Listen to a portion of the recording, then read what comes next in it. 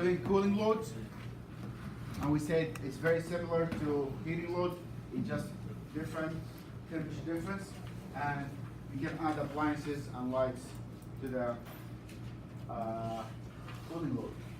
With cooling load, we have something called the heating gain, which we gain heat mostly from where? Where does the heat come from? Light, sun, The sun? us. Inside, guys. The inside heat, which is the light and equipment and appliances, that also emits heat. So that's a lot of heat. This building is extremely hot. Why is that? Even though it's cool outside, that's a bad design. That is bad design. So if you, for example now, if you notice there's a lot of steam pipes there, even though we're not turning on the fan, they are emitting heat all night and keeping the building at high temperature. So ventilation, if you have the proper ventilation for the house, probably you will not require as much cooling. So now if you notice, I'm turning both the ACs on. If I had a window, I'll probably just open the window and it'll be all set, right? So the proper ventilation is very important to reduce the cooling power. Ventilation, it has a potential of lowering the cooling cost. It works better in shaded area. What does that mean? If you're doing ventilation under the sun, it's still going to be hot and you're just pumping hot air into the building. If you have a shaded area, you bring in cool air to your house. Yeah. Well, going back one slide right here. Sure. And we said before that this is the same equation you used for your infiltration and transmission heat loss in the sheet. I said U is not going to change because it's the same material. A is not going to change, the same area. What will change is the DT, so the temperature difference between the summer and winter. So you're doing the summer at 40 degrees, winter could be 60, sometimes even more than that. If you go into the minus, it's going to be more than that. What is the minimum you want to leave your house temperature on in the winter? 50. You get away with 50 because what is the freezing temperature of water? 32. So you want to give it at least 20 degrees of leeway so that the water will not freeze. Ventilation. We can utilize ventilation for cooling, especially if you are ventilating from a cool area with shade. I'll talk also about geothermal at the end and how does it work and how it has the possibility of lowering cooling. Low humidity. If you ventilate from humid areas, probably you're going to bring some humidity into your house, and that is not productive because humidity works against air conditioning. The AC has to dehumidify the air before you can feel any temperature difference. Top floor windows are very important, especially in the highest point of the house, because now we can utilize the chimney effect. So the hot air will rise, will escape from the highest point of the house, and if air comes out, something has to come in. Meaning, if you open the window at the attic and the first floor, the house will start to ventilate by itself, and all the hot air coming from the walls or from the sun will just rise and escape the house, and you'll bring in cool air from the first floor. That's what's called the volute effect. If I have to draw that in,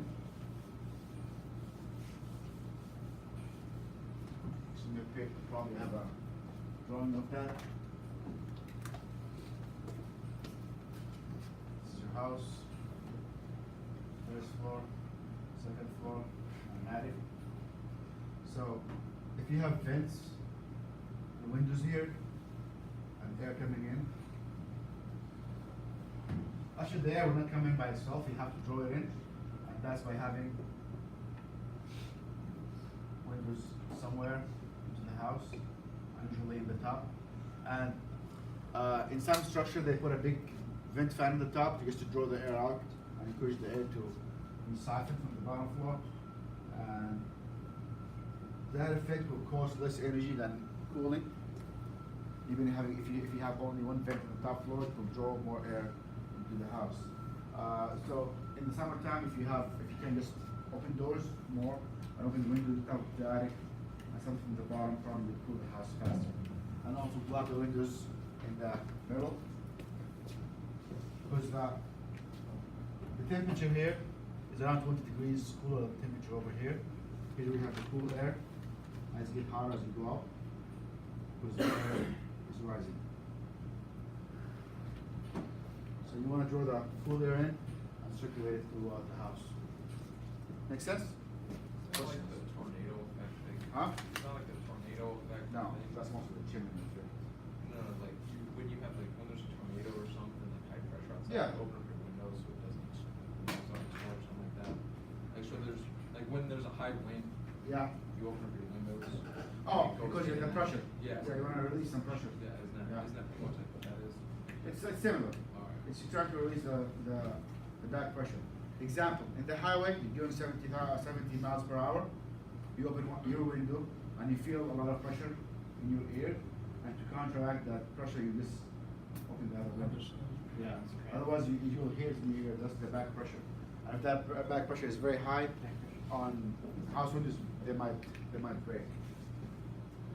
So this is an example of having ducted windows, pumping air into the attic from the first floor to the outside, and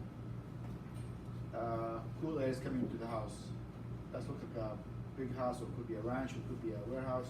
But having windows in the right place is very important. Having a vent will cool the area. So again, if you look at this example in this shop, if we have a big vent at the top, or at least a window, the whole thing will cool way faster, and it will. In the summertime, if you come here, the temperature is very high because there's no vents in the top. And the windows, where are the windows? In the middle of the building, in the middle of the wall, so there is no volute effect. Natural ventilation, we're trying to utilize natural conduction with air go from the top, leak out, and it's also called the chimney effect. So this is a house in Kenya, and it's very primitive, but it has all the simple ideas of cooling. What can you notice now? Let's analyze this a little. These houses are very cool throughout the year. First of all, the top of the house where the sun hits is made out of hay. Hay is very insulating material and low conductivity. And if you look at the top, there's a chimney, an opening. And by the way, now they're using hay as a natural material for insulation, instead of cement and aggregate. The walls are made out of mud or clay, and clay has really good storage. It has a lot of energy inertia, which means that it takes too long to heat, and the heat will sink all the day. If you also look, it has the house is a little bit lower than the grade, so as you go deeper, the temperature is cooler, right? And also the material. If you look at the mud, what does mud do? It has osmosis effect, so it draws moisture from the ground, and as it evaporates, it will cool. So this house usually, even though the temperature probably in this area is around 90 or 100, it looks much better. Probably you see also a lot of these in South America. Also clay jars and clay pots. Sometimes they are not treated completely, and the top of the clay usually is untreated, so it will soak up some water, and as the water evaporates, it moves content inside. So this is kind of cooling called passive cooling, and it's something you can utilize in many ways to just passively cool a house. Again, we can utilize evaporation, shade, and small ventilation, and whatever natural effect we have. So for her, what the temperature inside you think would be? Probably around 60. 60? 60, 65. It's similar to a basement. If you go to your basement right now, probably it's around, in the summertime, in the hottest day, probably it's around 60 or 70. Because it has the ground effect. And again, if you go deeper by at least 10 yards, the temperature is always 50 degrees. A lot of people are starting to build their houses underground. Yeah.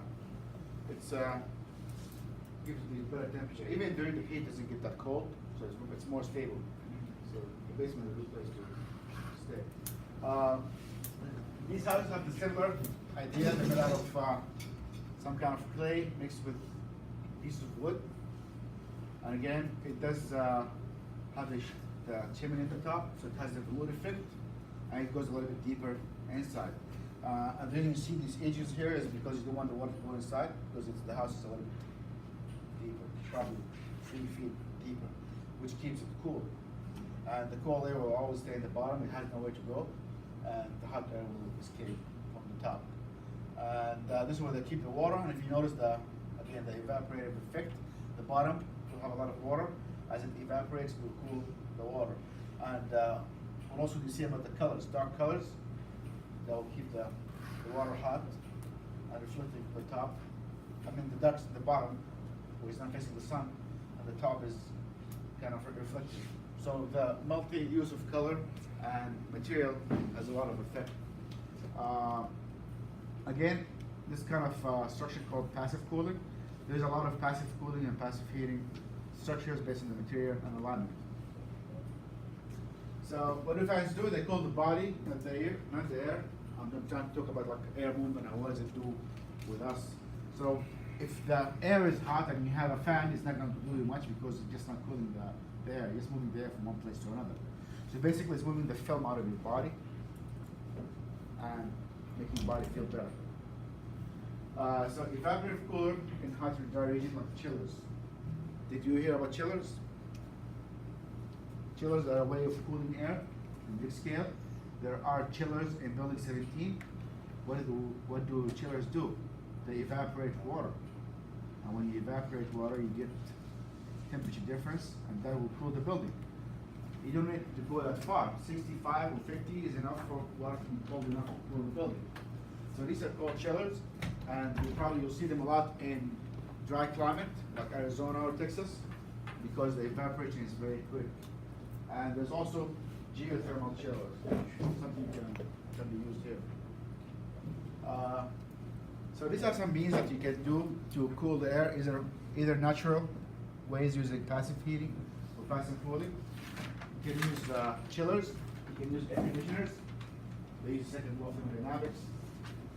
Refrigerant as heat transfer fluid. So if you think about it, the AC is doing something similar to evaporating water. However, this time it's refrigerant, which can be evaporated at lower temperature and higher pressure. So refrigerant is the heat transfer fluid, and in the beginning they use carbon dioxide as a refrigerant, or they can use air as a refrigerant, but it requires a lot of temperature ratio. Compression and expansion.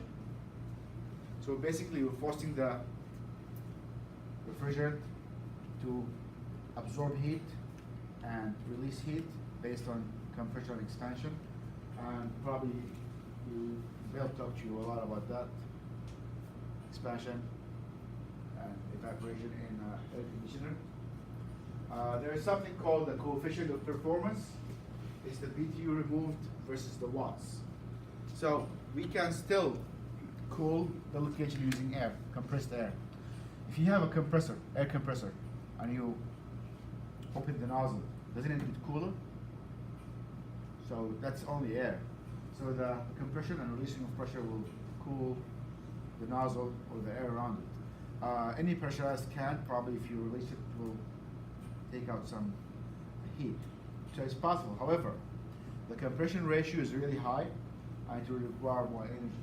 And the more we research more refrigerant, the more we will have better and more efficient air conditioning cycle. So this is the ongoing battle in science research into finding better refrigerant.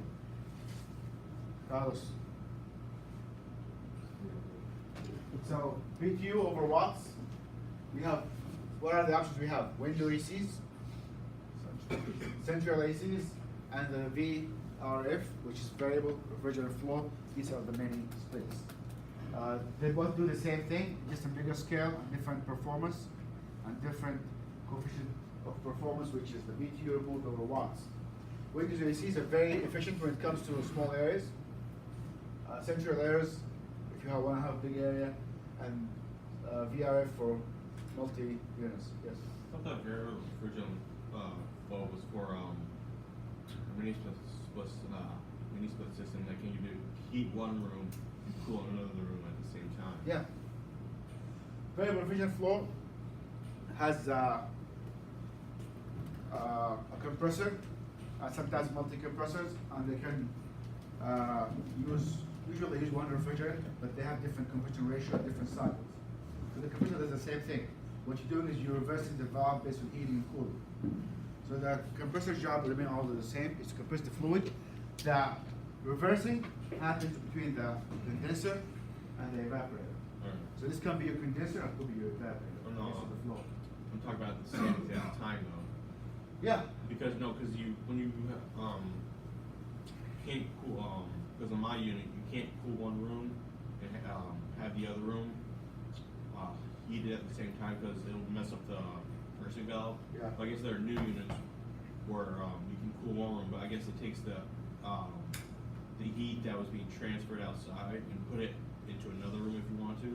So I think that They have different configurations. yeah.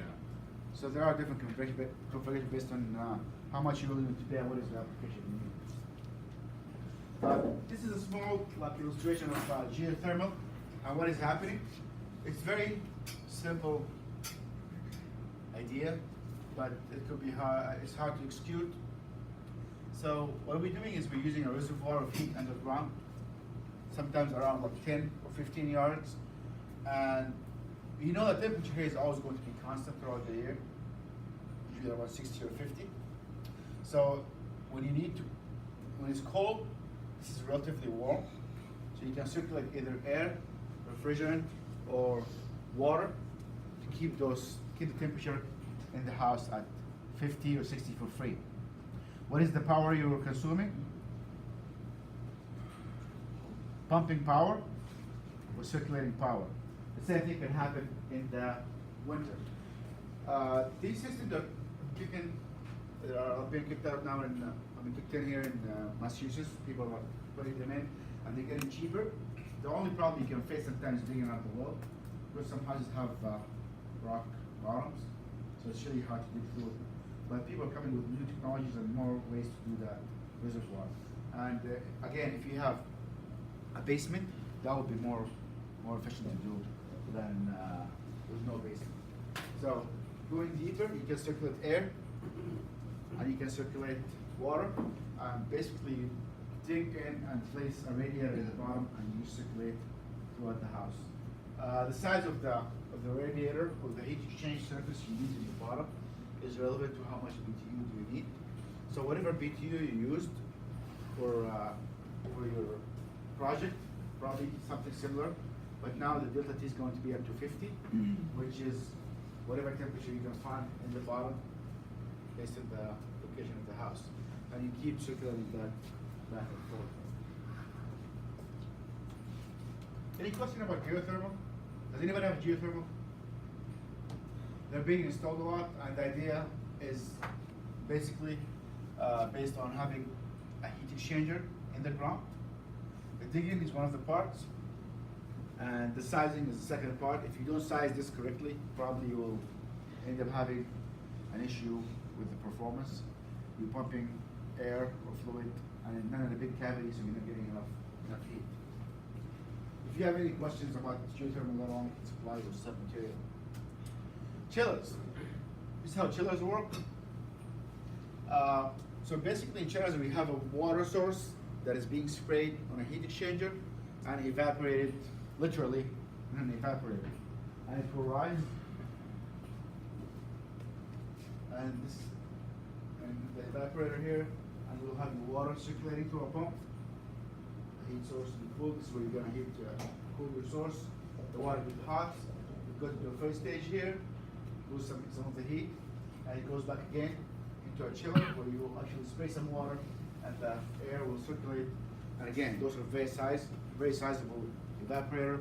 Sometimes they take the whole area of a roof. And they have the chillers here in building 17. I don't know if you took the floor plan, probably Bill has shown you those chillers at the top. They're very huge, and they have a lot of fans, and they just circulate the water around to cool the building. Why is there glycol added to the reservoir? It depends on what you want it. If you want glycol, it's for anti-freezing. There can be subject to a lot of cold weather. It's good to have glycol. Glycol has some good properties. You have glycol in your car probably, because also it's going to out rust. Huh? It's antimicrobial. And that's one, antimicrobial. it's more lubricating than water. It's good for the pumps. However, it does lower the heat capacity for water. Another illustration of passive house cooling. Again, it talks about the same concept, which is running air through the house and letting the house vent naturally, and that will make the temperature in the house equal to what you have in the shade. So that's another way to cool your house passively without having to add air conditioning. And I think in a lot of regions here in New England, you can depend on cooling using passive without having any AC if the house is designed properly. If you have the right shade and the right amount of trees around your house, probably you don't need to put AC. Maybe you need some backup AC for like 2 or 3 weeks of the year. But and there are existing houses now in many towns that they do not have ACs and they feel very comfortable to be in. Okay, that concludes my lecture about cooling, and next class we'll talk about water, a water requirement for domestic hot water. All right,